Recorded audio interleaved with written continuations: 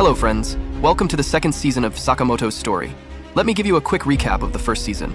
Our hero, the legendary assassin Sakamoto, fell in love with a beautiful girl and abandoned his life of crime. He desired nothing more than a simple, quiet, and ordinary life away from crime. However, the GALA organization continued to send assassin after assassin to eliminate him. There was a man named Slur who placed a 1 billion yen bounty on Mr. Sakamoto's head. Slur brought dangerous criminals to Japan with the aim of destroying Sakamoto's peaceful life. Follow us in Season 2 to find out what happens and what challenges our hero will face. The first episode of Season 2 begins with a man running, then falling to the ground. A girl approaches him and the man is very scared, asking her, "Who are you?" The girl then hugs him and suddenly, brutally, kills him. We then see that she has killed many people in that place and leaves. We learn that her name is Dump, and she is a condemned prisoner. Then we move to a man in his home, clearly planning a mission. Suddenly, another criminal appears behind him and immediately kills him. This assassin is named Apart, and he is also a condemned prisoner. Next, we move to a city street and see another criminal named Minimalist, who has also killed many people. Then we see the fourth criminal, Saw, in his room, communicating with the other criminals. They tell him that they have killed many, and he has planned that Sakamoto will be the next to die. And we then see our hero, Sakamoto, with Lu and Shin, heading to a video rental store to get information about the enemy. They enter the store, and the employee greets them. Sakamoto asks him for information about the crimes of condemned prisoners. The employee directs him to the psychological horror section. They start searching among the books, and Sakamoto buys many books before they leave. Then we see Mr. Shishiba with the girl, Osaragi, and their friends in a cart talking about the gangs that have caused chaos in the city in recent days. They seem very frightening. Shishiba then notices that Osaragi is going in the wrong direction. Then she returns and corrects her path. Their friend Hyo says, "I don't care if they are condemned or not, but if they cause chaos in our city, their fate is death, no doubt." Nagumo then tells him that he heard that line from a criminal in a movie last night, and he died in the end. Shishiba advises him to shut up and not anger Hyo, so he doesn't get angry with him. Shishiba then wonders what Slur is thinking by sending those criminals to the city. Osaragi tells him that those criminals don't distinguish right from wrong, they have no conscience, and they don't stop killing once they start, which might make them more dangerous than they appear. Everyone then notices a fly in the cart approaching an old man.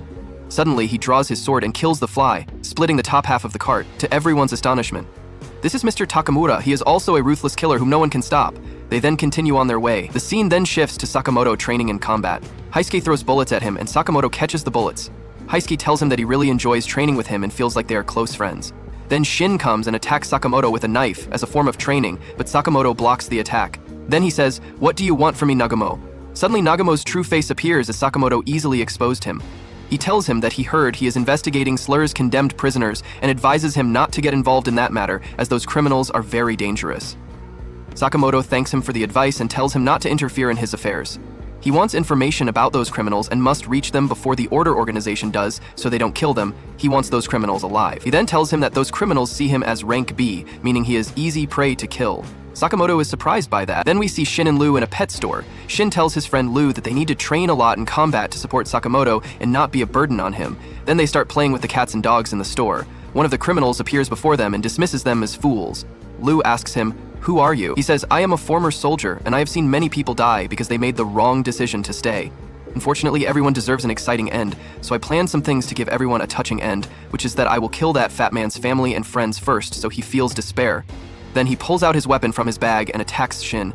Shin and Lu then realize that this man is one of the condemned prisoners. The criminal says to Shin, "Don't worry, Shin." Shin is surprised because he knows his name and asks him how.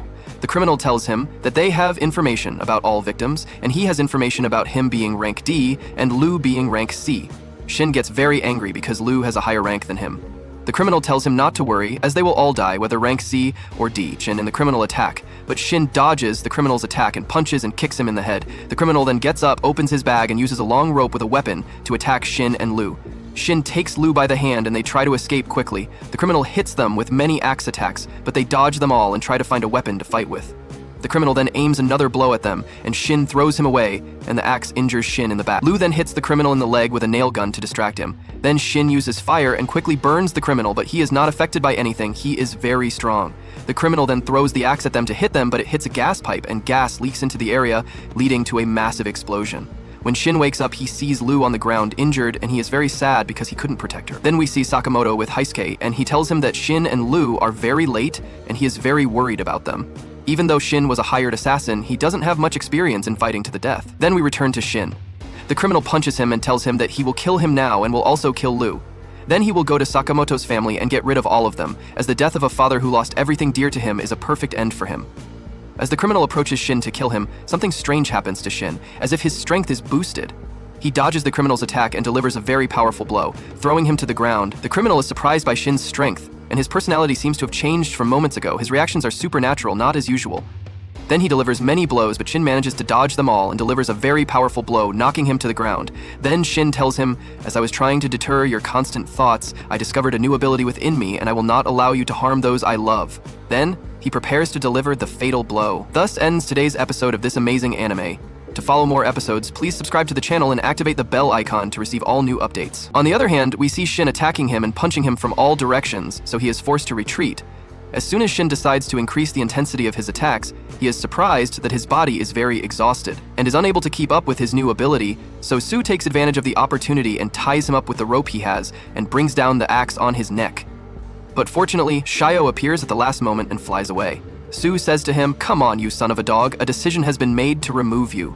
Shin is happy that she saved him, but he is surprised that her style and way of speaking have completely changed. He looks around and finds the bottle of eyeliner that was with the sofa. He says to the chivalry, "May your home be ruined. You drank it just for a few seconds." Last time her personality was completely different. This time, Sue stands up and says, "Is it true that every now and then one of them will transform or what?" And Shaw attacks the axe, but she quickly runs towards him, wrapping the rope around her hands and changing the direction of the axe towards him, forcing Sue to dodge the axe that would have split them in half. He keeps looking for the children who disappeared in front of him, but he doesn't look long because she appears from behind him and knees him in the head, knocking him to the ground. She sits over him and ties his arms and holds a small shovel, saying to him, "Get ready, because I will punish you for everyone you killed, and we will start cutting off your fingers." One of Sonif tries to escape from her, so she plants the shovel in his arm without hesitation, and So screams from the intensity of the pain and the thing, and she says to him savagely, "I allowed you to move." He asks her to forgive him, and he will repent from his killing job and become a good person. You say this in the movies, not here. Have you ever had mercy on anyone who is begging you not to kill them? Sam stands in his place and tries to escape from the place and the horror. He is controlled, and all he is thinking is that he does not want his life to end in this tragic way, behind the Chio, who is laughing crazily and throwing anything that comes her way at him at this moment with 2 shards and holding a ladder and going down with it on the back of the Supamer or the Undertaker in his time, and tells him that the mission is his life and how it was not his end. On the other side, Sheba and Asraji are sitting eating, and Sheba tells her that one of the criminals was defeated in a place. She says to him, "Oh, what a great day. What will we do if they are all defeated and we do not find anyone to confront him?" He replies that they could have caught one of them if she had not wanted them to eat now, and asks her to enjoy the food, and when they finish, they can go look for one of their targets. At this moment, Nohomo yells at Sheba and tells him that he is getting closer to his target, and tells them, "If you get bloated from eating too much, then there is no need to tire yourselves and try to expel the criminals because I will finish them off myself." So Sheba tells him, "It's your interest, you can eat as you please because there is no fat to go in." But he is surprised that she stuffs the food in her mouth and leaves him the rest of her plate and asks him to finish so she can go chase the criminals. When he realizes that there are onions in the food, his anger explodes and he curses her. We return to the ugly place and Shaw, who are lying on the ground and sleeping from exhaustion. The market that was tied up untied itself and left the place walking with a limp and says that he will not allow himself to die in a place like this. As soon as he sees a taxi in front of him, he puts his hand covered in blood on the glass and asks the driver to take him to the airport. So he responds that he has someone else with him at that time. So says to him, "Will you listen to me or shall I kill you?" The driver agrees, afraid, and so Super fastens the seatbelt and hears a voice from behind him saying, "You seem to be in a hurry."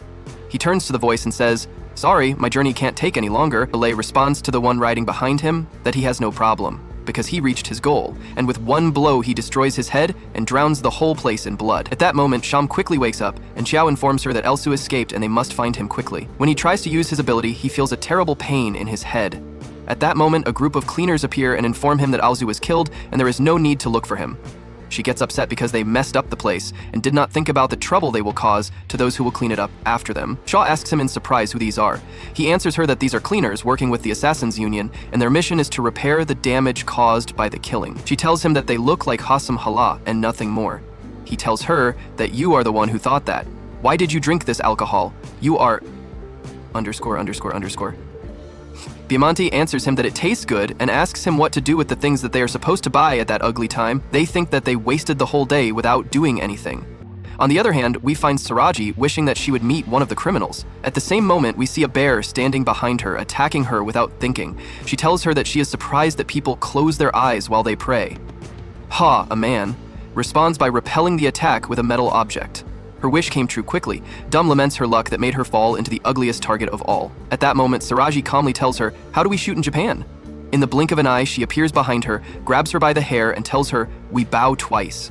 She goes and slams her into a statue next to her. After that, she claps twice. She claps on her face. In the end, she crouches again. At that moment, she jumps in the air with all her strength, slams her to the ground, and throws 10 yen on her. Den stands up, overcome with anger, and blood is bleeding from her head. She is dating Azraj and says she regrets what she did. At the same time, a gray man was looking for Azraj, who left him and disappeared. We go back to Dump, who has thorns coming out of her body. She tells Azraj that she makes her more beautiful. Azraj responds calmly to her that she has to die because of the group's orders. She laughs at her and thinks that Dum looks exactly like a hedgehog, so Dum attacks her and says that all she did was love people, not take them or escape. Not strange, and she deserves to be executed. Saraji is also a murderer just like her, and she has no right to judge her. Saraji is the one who repelled the attack with her bag. She explains to her that the matter is not as big as she thinks, and that it is more like she is killing an annoying fly that entered her house. The union of killers is the home and the group, the fly swatter. Exactly, here, Dump attacks with greater anger. Saraji repels the attack, but Dump pulls the bag from her hands, and she throws her away and says to her, "Show me." "What would you do without your weapon?" Shock appears on Azraji's face, and Dum continues her attacks fiercely. Azraji calmly evades the attacks and analyzes Dum's fighting style, concluding that she can have 6 thorns, 2 on each hand and 4 on the rest of her body. She asks herself, what would she do? Because she doesn't want to get close to her, and she doesn't have any bandages at this moment. Azraji hits the bell hanging in the temple while she is dodging the attack. Dum says to her after she made sure that she cornered her, "Do you want to pray for something before you die? I would be happy to help you pray like you taught me a while ago." She attacks her forcefully, but Asrog pulls the rope back, and as soon as the bell falls, she distorts it with all her strength in the direction of the bell's tail. It takes her and flies out of the place. She goes near the well and sprays some water on herself. As soon as Asragi appears, she attacks her immediately and succeeds in hitting her and trapping her in a tree. Asaragi says calmly in front of me, bleeding from her hands, that she is surprised why killers like them are alive, but when she joins the group, she knows that the goal of their presence is to eliminate the corrupt who are destroying the world. At the end of her words, she approaches Dum and holds her hand so that she does not run away and kicks her.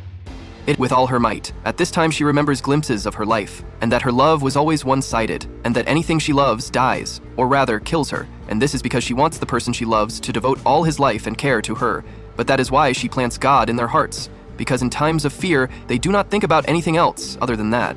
But despite all of this, she feels empty, because when the ones she loves die, the matter is not over. She doesn't think about him or anything else, and the memories of Dump, who gets up from the ground and attacks Sragi fiercely because Sragi dodges her attacks and responds to her with another attack and throws her Laura, approaches her coldly and repeats her attack, Blood, after she takes herself for a few seconds, but the result remains as it is, and Sragi literally wipes the rest of the ground until she spots her bag thrown to the side and removes it. At that time, Dump said angrily, "Why is all this happening to me and everything? Her job is that she wants to love and be loved like humans." And Saraji responds that they kill like each other, but because there are people like her, she has a goal in life and smiles while telling her that she loves her.